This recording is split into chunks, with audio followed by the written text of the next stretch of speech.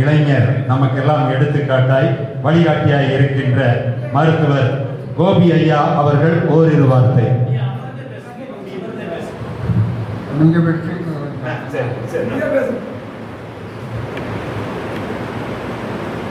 பேரன்பிற்கும் மரியாதைக்கும் உரிய அமைச்சின் தலைவர் அவர்கள், உரிமையுள்ள அறிஞர் பெருமக்கள், உங்களிடம் ஒரு வார்த்தையை, ஒரு வேண்டுகோள் விட வேண்டும் என்று நோக்கத்தோடு தான் நான் இங்கே வந்தேன்.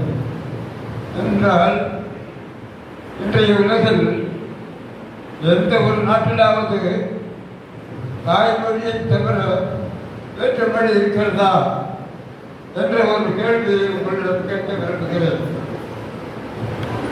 தாய்மொழி ஒன்று மட்டும்தான் எல்லா நாடுகளும் பெற்றிருக்கிறதை தவிர இரண்டாவது மொழி மூன்றாவது மொழி என்று கிடையாது.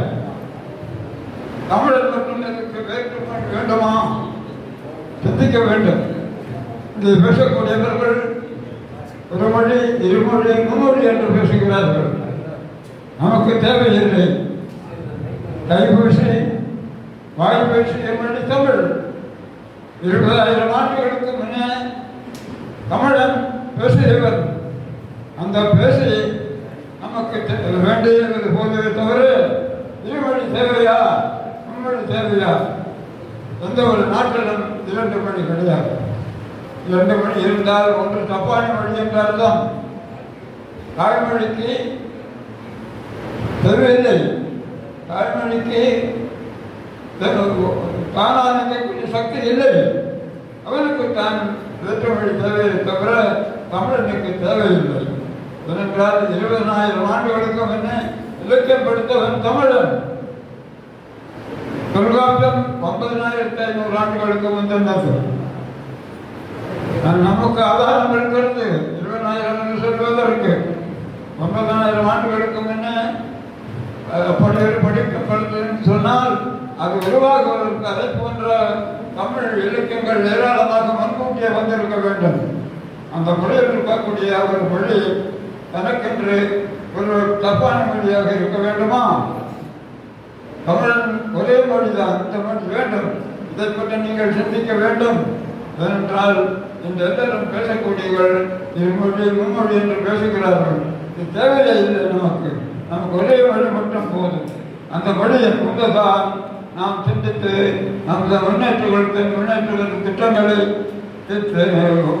ஏற்படுத்த முடியுமே தவிர அதற்கிடையிலே மற்றொரு மொழி வந்தால் அது சரியாக இருக்க முடியாது. நாட்டின் முன்னேற்றத்தை அதை கெடுத்துவிடும். எனவே நமக்கு ஒரே மொழிதான் வேண்டும் என்று வற்புறுத்தி சொல்ல வேண்டும் என்று நண்பர்களுக்காகத்தான் இங்கே வந்தேன். தமிழை பொறுத்தவரை இன்றைக்கு என்ன நடந்து கொண்டிருக்கிறது? 20,000 ஆண்டுகளுக்கு முன்னே நான் சொல்லலாம்னு சொல்றது தற்காலிகமான சொல்லி பார்க்கும்போது சொன்னால் 200 ஆண்டுகளுக்கு முன்னே நம்முடைய தமிழ் அறிஞர்கள் என்ன கேட்டார்கள்? ஆட்சி மொழியாக தமிழ் வேண்டும், கல்வி மொழியாக தமிழ் வேண்டும் என்று கேட்டார்கள். 200 ஆண்டுகளுக்கு முன்னே அப்படி கேட்டவர்கள் எல்லாம் வயதாக செத்து மடிந்தார்கள். இன்றும் அதை கேட்டுக்கொண்டிருக்கிறோம். இன்று நாம் கேட்பது என்ன? ஆட்சி மொழியாக தமிழ் வேண்டும், கல்வி மொழியாக தமிழ் வேண்டும் என்று கேட்கிறோம். அது நடக்கவில்லை. ஆக நாமும் செத்துக் கொண்டிருப்போம். நம்முடைய தலைவர்கள் அதை கேட்பதா? நாம் அவர்களுக்கு ஒரு வழிகாட்ட வேண்டாமா? ஒரு நல்ல தமிழகத்தை மாற்றிக் கொடுக்க வேண்டாமா? அது ஏன் செய்யவில்லை? எனவே அதற்கு யோசிக்க வேண்டும். எனவே நமக்கு இந்த மொழிக் கொள்கை என்பது எல்லாம் இன்றைக்கு தேவை. தமிழனுக்கு தனி நாடு வேண்டும். தனி நாடு என்று சொன்னால் மாநில சுயாட்சி வேண்டும். அந்த மாநில சுயாட்சிக்காக நாம் போராட வேண்டுமே தவிர சின்ன பிரச்சனைகளை எல்லாம் வைத்துக் கொண்டு இன்றைக்கு என்ன கேட்கிறார்கள்? அது கோவில்களில் தமிழ் வேண்டும் என்று கேட்கிறார்கள். கோவில்களில் இதெல்லாம் ஒரு கேள்வியா? வேண்டுமா? நமக்கு வேண்டியது மாநில சுயாட்சி. அந்த சுயாட்சிக்காக நாம் போராட்டாக வேண்டுமே தவிர சின்ன சின்ன பிரச்சனைகளுக்காக நம்முடைய சக்தி வீணாக கூடாது.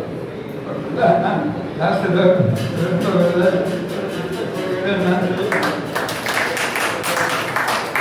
ஐயா.